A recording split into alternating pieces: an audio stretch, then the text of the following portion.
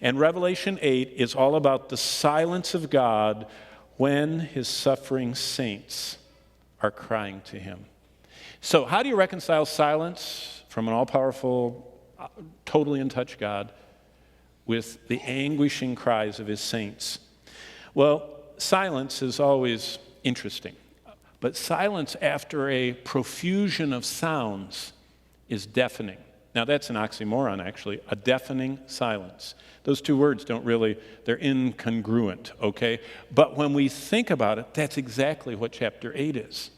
Chapter 8 stops us short by a deafening period of silence. Now you say, silence from what? Well, remember, the Bible was carefully orchestrated, and it was given to Christ to give to his church by God to show us one of the most vital connections to the dots of our lives between all the lifetime of prayer and all the things that God has never responded to from our perspective. And that is connected in chapter 8, but it's only connected after this. And look at verse 1. I mean, you can't, we're not going to read it yet, but just look at it, okay? Don't read it. When he opened the seventh seal, there was what? Yeah, and guess for how long? About a half hour. Now, that is one of the more stranger verses in the Bible. That it notes there's silence in heaven, and it notes not precisely, but about half an hour. But that silence, if you step back and look at the context of what's been going on for 7 chapters, that silence in verse 1 is deafening. It is so unbelievably, loudly silent for that half hour. Let me show you what I mean. Let's just talk briefly about the sounds of worship in heaven. And go back to chapter 1 and start in verse 10 of Revelation 1. And what I want to show you is what is going on for 7 chapters before we have this silence. John witnesses in chapter 8 the cessation of all that's going on for 7 chapters of Revelation. And it just is shocking. Starting in fact, we can go through 4 sections, chapters 1 through 3, starting in verse 10. From the first moment on Patmos, on the guided tour that began, remember, John begins his guided tour of heaven and on earth in Patmos, and then he's taken around Asia Minor to look at the churches, and then he goes to heaven. But look at what it says in verse 10. It says, John felt the sound of Christ's words he described as a loud voice like a trumpet. Now, that reminds me when I was in college, when I was at Bob Jones University, one of the most conservative bastions of the faith in the world, at least they think they are. And when I was down there used to be a lot of pranks. And the biggest prankster that got almost expelled from the school, his name was John MacArthur. Now, the reason he didn't get expelled was his dad was on the board. And, if your dad's on the board, you get away with a lot more. And so John's down there, and he decided there was this Arminian in the school that always was losing his salvation. So John decided he would solve the problem. So he organized all 500 boys in the dorm. That's how many lived in the dorms back then. And he got one with a trumpet, and one with a strobe light, and one with one of those thunder makers from the stage. And he had every boy on the campus bring a pile of clothes and carefully put his shoes, socks in them, drop their pants over, put all their clothes down, even their ball cap, and there were these little, evaporated people piles all over. I mean, he had them in the bathrooms, he had them in every room, down the hallway, and this poor guy was a sleeper because he worked all night, and so he was always sleeping, but he always was afraid he was going to miss the rapture. And so John got all 500 boys, they opened every room in the dorm, they all stood outdoors at night. This guy was sound asleep in his dorm, everyone left their pile, their evaporated body, and they blew that trumpet. I mean, just knock the guy. I mean, nothing like being sound asleep and having a blast of a trumpet. Then as he opened his eyes, they strobe lighted him till all he saw was black patches. And they did thunder, and then someone says, "Come up here!"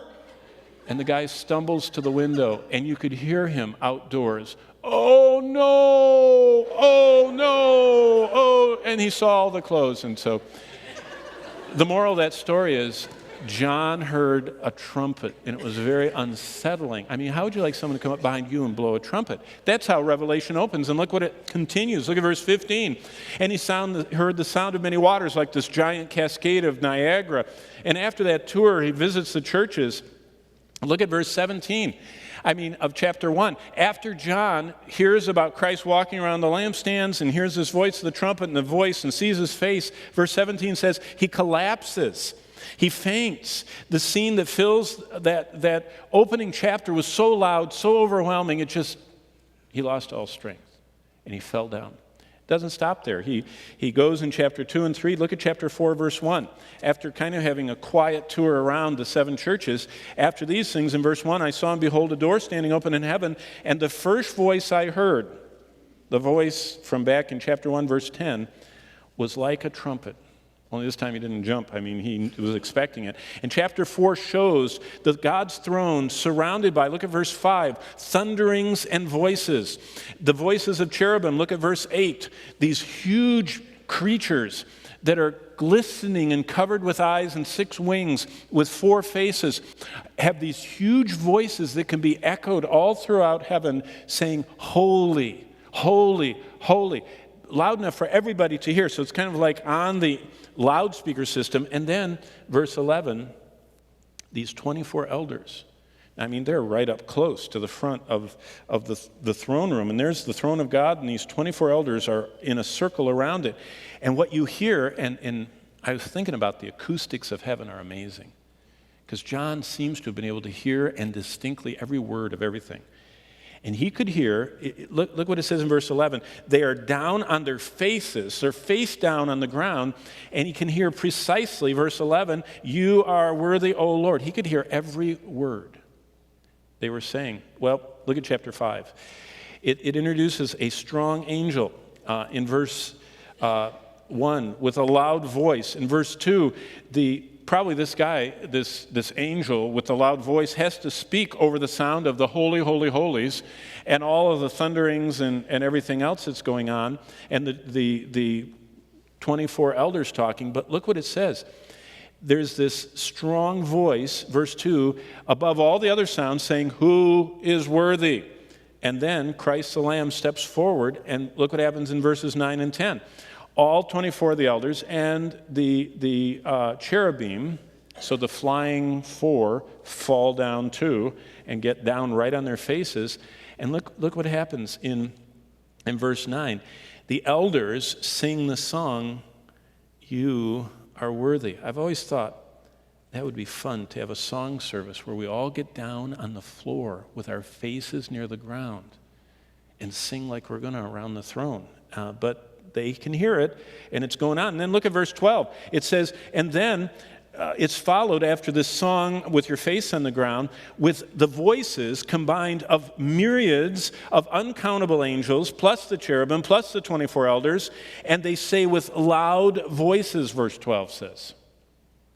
Did you notice how many times it says loud? That's what I'm talking about, the sounds of worship in heaven. It's loud. And they're saying in verse 12, worthy is the Lamb. And then, if that wasn't loud enough, it says that added in verse 13, is the incomprehensible group of every creature in heaven, as if there were any that weren't already making noises, every creature on earth, everything that's in the sea, and everyone in unison says, blessing, see verse 13, glory, or blessing, honor, glory, and power. It's loud, but it doesn't let up. Look at chapter 6. We don't see any quieting of the sounds around the throne. First, we have a cherubim talking like a thunderclap. Verse 1. And each cherubim follows with this thunderous speaking of come and see. See verse 1, verse 3, verse 5, verse 7. And then the voices of the martyrs, they chime in. And they start crying out and saying in verse 10, how long? Wow. Then, after almost 6 chapters of the sounds of worship, we get introduced to more sounds, the sounds of wrath on the earth. God finally addresses the rebellion of earth directly. Chapter 6 ends, look in verse 16, with a terrifying sound. Now, this is one of the most terrifying sounds in Revelation. It's in verse 16. And it says, every lost human on earth. And so that we don't miss that he means every, there are 7 designations. It's every classification of people. It's more detailed than the census forms were. Every classification of people screaming out with terrifying, ear-piercing cries, deadly shrieks for safety from what God is sending on them. They're saying, fall on us, mountains, and they're climbing, underneath every hole they can find or in any little cave they can find. And then as that shriek goes out, look what continues, starting with the events in verse 12. What scared them in verse 16 are these events. There's a heart-stopping, life-quenching rumble of a megaquake. You ever heard an earthquake? I remember when we lived in California. We moved out there. Bonnie and I moved from gentle, quiet, eastern United States, Michigan and New York, to California. No one told me that I was risking my life. I knew the people were a little different, but I didn't know about the earthquakes. And we got out there to the earthquakes. We moved in our little house. We had a little baby John, and we had to evacuate our house because the whole house started shaking. And we ran out the door, and we got on the sidewalk. And as I got on the sidewalk, it was like a giant mole was going underneath, and it would lift up, and it would go down. And then I looked, and all the way down the street, as far as I could see, the chimneys of the houses. You'd see a chimney get higher, and then the house would go down, and the next chimney would get up. And then the house behind it, as that one sunk, the next house would go up. And I was seeing all the houses down the block going up and down. And then I came to my senses, and I realized you could hear that. The whole earth, at least in the San Fernando Valley at that moment, was grinding and shifting and making. But you know what it says in verse 12? It says, it's the biggest quake that's ever happened. And the people experience that. And then all of a sudden, meteors start streaking and crashing and blowing up. And there's the piercing clap of the sky splitting. It's just, it splits apart. And then every land area across the globe starts lurching. It says every spot, kind of what we experienced in Minnie, where we were in the valley in Los Angeles, the whole world starts doing that. Those sounds fill the pages of Revelation. And those sounds, both the worship and the destruction, are given by God. And the scene God paints for 7 chapters is loud. It's very loud. It's loud like a trumpet blast. It's loud like standing at the edge of Niagara Falls. It's loud like the rolling, booming, shaking of a thunderstorm. In fact, what's presented is louder than anything we could ever imagine, because uncountable myriads of myriads and countless waves of angelic and human creatures all speak and chant and sing. And finally, a collection of sounds never before heard on earth and in heaven and earth begin as earth crumbles beneath the weight of God's wrath. And then everything stops. Do you see what I mean by deafening silence? John's watching and he's hearing and hearing and hearing and hearing in the world, and everybody's crying and screaming and shrieking and everything's cracking. And then in chapter 8, for a half hour. You want to make people uncomfortable? Just don't do anything. People cough. If it gets quiet, they're wondering if they can still hear. I can still hear. It makes people uncomfortable. You want to sense this. You go to like Carlsbad Caverns or Mammoth Caverns. We took our family both places. They always have this cute thing where you sit on the bench and the park ranger says, everybody hold on, I'm turning the lights off. And you hold on and it's absolutely quiet. And they only do it for a few seconds because people begin to have panic attacks because it's too quiet. Well, it's quiet for half an hour. And that's the silence of God. And all those sounds of heaven and earth were intentionally made a part of the record, just as this statement about silence was put in. God is using the contrast to point out what might be the most vital lesson in the whole book of Revelation. You see, it's neat to look at churches from back then. It's neat to look at John falling on his face and all that other stuff, but what does it have to do with me? I don't have a job, or my child isn't getting better, or my parents aren't getting better, or our marriage isn't getting better, or whatever. And I've prayed about it for so long. Can any doctrine be most vital in a book that is so huge, powerful, and overflowing with 22 chapters of revelation? Maybe. Here is the lesson God's Word sets before us, side by side. The silence of God and the poured out prayers and the cries of suffering of saints throughout all the ages. God shows us two incredible truths and illustrates them for us in a way we can never forget. God shows every one of his saints throughout all of history two things: the destination, where those prayers go, what he does with them, and then the application of those prayers to the events on earth.